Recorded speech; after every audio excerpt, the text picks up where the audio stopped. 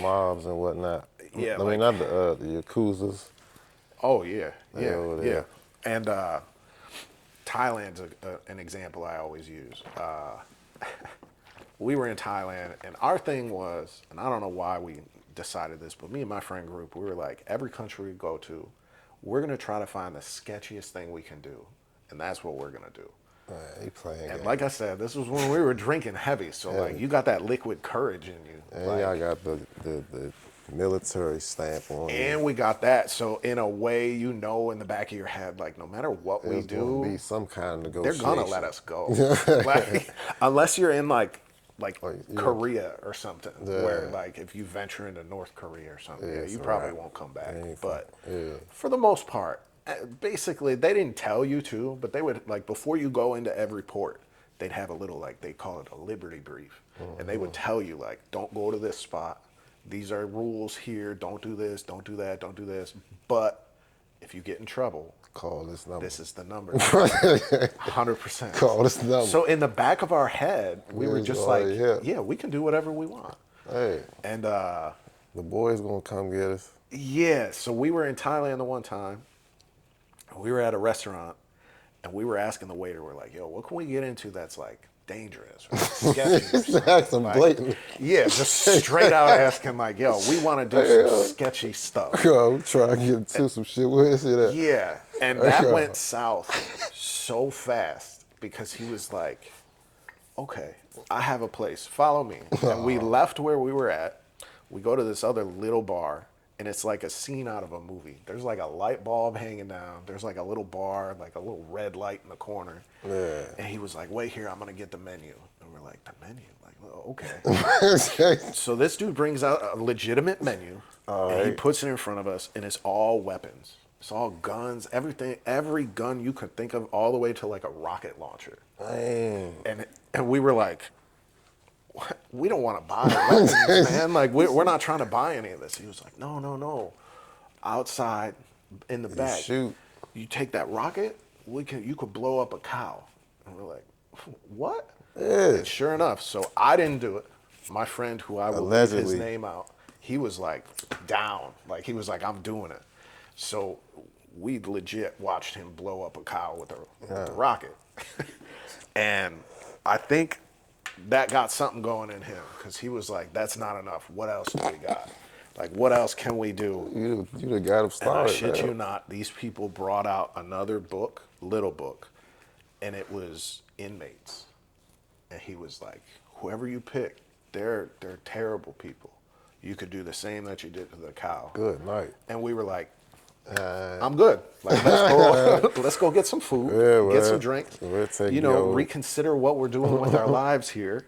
And and yeah, so we left pretty quick. Yeah, get up out of there. So, like I said, there's the very nice side of Asia, but there's also very sketchy side of Very, Asia. very that you can sketchy side. you can get away with a lot.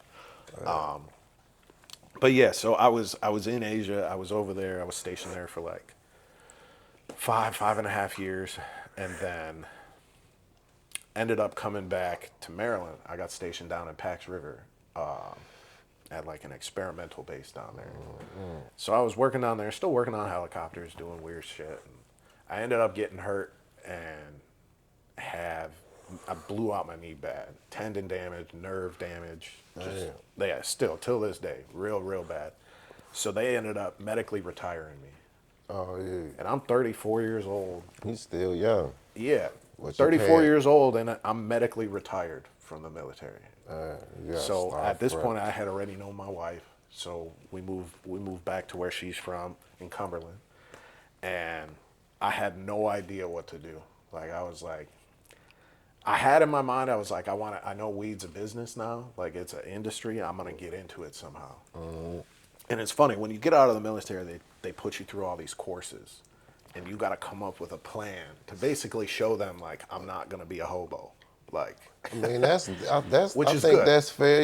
Yeah, they Yeah, want to yeah, make sure they- you got if they're exiting you. Yeah, they try to wanna steer make you in sure the right you have direction. a plan to Yeah. continue forward with, so they don't crash out. Yeah, so I told them my plan was I'm gonna be a cannabis photographer, and they were like, They laughed at you. "What the fuck?" Like, redo that. That's not going.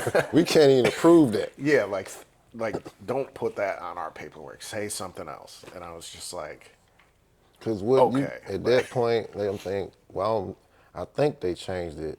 No, I don't think. I take that back. I don't. It's still to the point where you can lose your benefits if you yeah, choose yeah, to medicate with cannabis over yeah. prescribed You medicine couldn't at this point. You couldn't even talk to anybody in the VA and about mention weed. that shit. You couldn't, because you would lose everything. Yeah. 1000%. Yeah. So that was ballsy of Yeah. you. I already knew, like, I'm retired. Like, so, like, it was almost like that liquid courage again got in Yeah. me. And I was like, yeah, I don't care.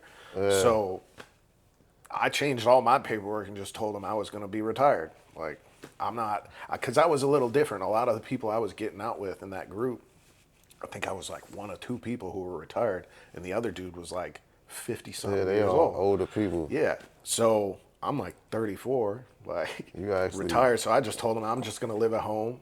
I'm gonna live in the mountains somewhere. Like, just leave me alone. I'll be good. And they were just like, whatever, like, go. But in my head, like, all my bosses, I'll call them at the time, they were like, yo, are you serious? I'm like, yeah, I'm gonna be a cannabis photographer. Yeah, For I just sure. can't write Like, it down in front of y'all. yeah. And none of them took it serious. They were all like, yeah, whatever, whatever. And I was like, all right, cool. So I ended up getting retired. We moved back there. And I took about a year to just readjust to society, really. Because for 11, I was in for 11 years. That's a So long 11 time. years of somebody telling you every aspect of your life. You got a little bit of freedom, but like, Everything's structured. You in a system. super structured, like down to when you can eat, what you can eat, like, at everything. So I took about a year to just get readjusted in society, really. And